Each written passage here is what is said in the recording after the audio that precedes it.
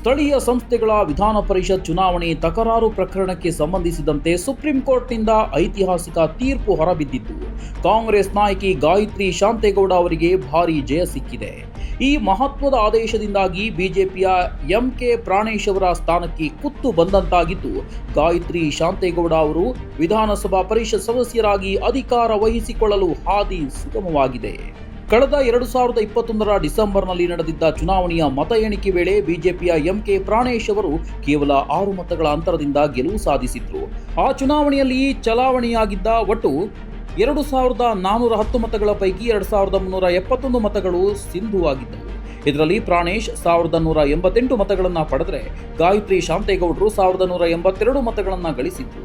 ಆದರೆ ಶೃಂಗೇರಿ, ನರಸಿಂಹರಾಜಪುರ, ಕೊಪ್ಪ ಹಾಗೂ ಮೂಡಿಗೆರೆ ಪಟ್ಟಣ ಪಂಚಾಯಿತಿಗಳ ಒಟ್ಟು 12 ನಾಮನಿರ್ದೇಶಿತ ಸದಸ್ಯರು ಚಲಾಯಿಸಿದ್ದ ಮತಗಳೇ ಈ ಇಡೀ ಫಲಿತಾಂಶದ ಹಣೆಬರಹ ಬದಲಾಯಿಸಲು ಕಾರಣವಾಯಿತು. ನಾಮನಿರ್ದೇಶಿತ ಸದಸ್ಯರಿಗೆ ಮತದಾನದ ಹಕ್ಕು ಇಲ್ಲ ಎಂದು ಗಾಯತ್ರಿ ಶಾಂತೇಗೌಡರು ಹೈಕೋರ್ಟ್ ಮೆಟ್ಟಿಲೇರಿದರು. ಈ ವಾದವನ್ನು ಪುರಸ್ಕರಿಸಿದ ಹೈಕೋರ್ಟ್ ನಾಮನಿರ್ದೇಶಿತ ಸದಸ್ಯರಿಗೆ ಮತದಾನದ ಹಕ್ಕಿಲ್ಲ ಎಂಬ ಮಹತ್ವದ ತೀರ್ಪು ನೀಡಿತ್ತು. ಇದನ್ನು ಪ್ರಶ್ನಿಸಿ ಎಂಕೆ ಪ್ರಾಣೇಶ್ ಸುಪ್ರೀಂ ಕೋರ್ಟ್ನಲ್ಲಿ ಮೇಲ್ಮನವಿ ಸಲ್ಲಿಸಿತ್ತು.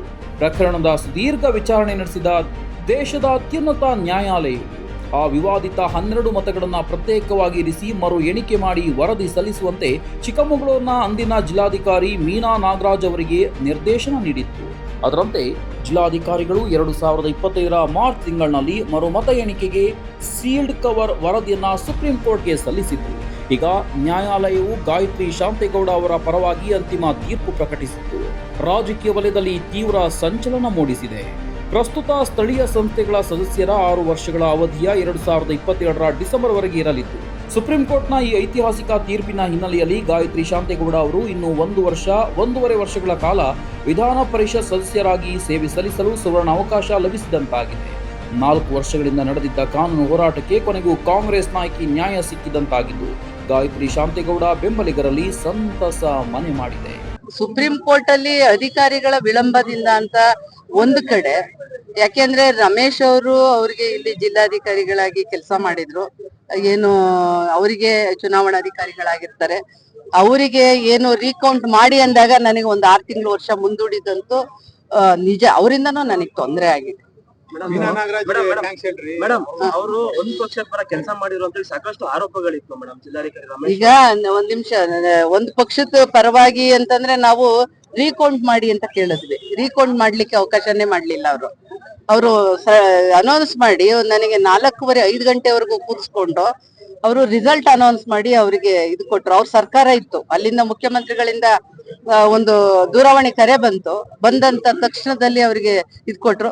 ನಾನು ಇಲ್ಲಿ ಹಿಂದೆ ಜಿಲ್ಲಾಧಿಕಾರಿಗಳಾಗಿ ಕೆಲಸ ಮಾಡಿದಂತ ಮೀನಾ ನಾಗರಾಜ್ ಅವರಿಗೆ ನಾನು ಕೃತಜ್ಞತೆಗಳನ್ನ ಅರ್ಪಿಸ್ತೀನಿ. ಯಾಕೆ ಅಂತ ಹೇಳಿದ್ರೆ, ಒಂದು ವ್ಯಾಲಿಡ್ ಮಾಡ್ಬಿಟ್ಟಿದ್ರು ಯಾರು, ರಮೇಶ್ ಅವರು. ಬಾಕ್ಸ್ ಹೊರ್ಗಡೆ ಇತ್ತು ಓಟು, ಅದನ್ನ ಅವರು ವ್ಯಾಲಿಡ್ ಅಂತ ಮಾಡಿದ್ರು ರಮೇಶ್ ಅವರು. ಮೀನಾ ನಾಗರಾಜ್ ಅವರು ನೋಡಿ ಅದನ್ನ ಪ್ರತಿಯೊಂದನ್ನು ಸೂಕ್ಷ್ಮವಾಗಿ ವಿಡಿಯೋ ಮಾಡಿದ್ರು, ಫೋಟೋ ತೆಗೆದ್ರು. ಸೂಕ್ಷ್ಮವಾಗಿ ಅಲ್ಲಿ ಅಧಿಕಾರಿಗಳು ಕೂತ್ಕೊಂಡು ನೋಡಿದಂತ ಸಂದರ್ಭದಲ್ಲಿ ಗೆರೆಯಿಂದ ಹೊರ್ಗಡೆ ಇದೆ, ಇದನ್ನ ನಾನು ವ್ಯಾಲಿಡ್ ಅಂತ ಕೊಡಿಲ್ಲ, ಅಸಿಂಧು ಅಂತ ಕೊಡ್ತೀನಿ ಅಂದ್ರು. ಪ್ರಾಣೇಶ್ ಅವರು ಇದ್ದಾಗ ಅಲ್ಲಿ ಅವ್ರು ಹೇಳಿದ್ರು, ಅವರು ಕೇಳಿದ್ರು DC ಅವ್ರನ್ನ, ಏನು ಚುನಾವಣಾಧಿಕಾರಿಗಳನ್ನ, ಇಲ್ಲ ಇದು ಹೋದ ಜಿಲ್ಲಾಧಿಕಾರಿ ನನಗೆ ಸಿಂಧು ಅಂತ ಕೊಟ್ಟಿದ್ದಾರೆ ಅಂತ. ಅದಕ್ಕೆ ಯಾರ್ಯಾರ ಕೊಟ್ಟಿಲ್ಲ, ಇದು ಅಸಿಂಧು ಅಂತೀನಿ, ನೀವು ಕೋರ್ಟಿಗೆ ಹೋಗಿ ಅನ್ನೋ ಮಾತನ್ನ ಅವತ್ತು ಮೀನಾ ನಾಗರಾಜ್ ಅವ್ರು ಹೇಳಿದ್ರು.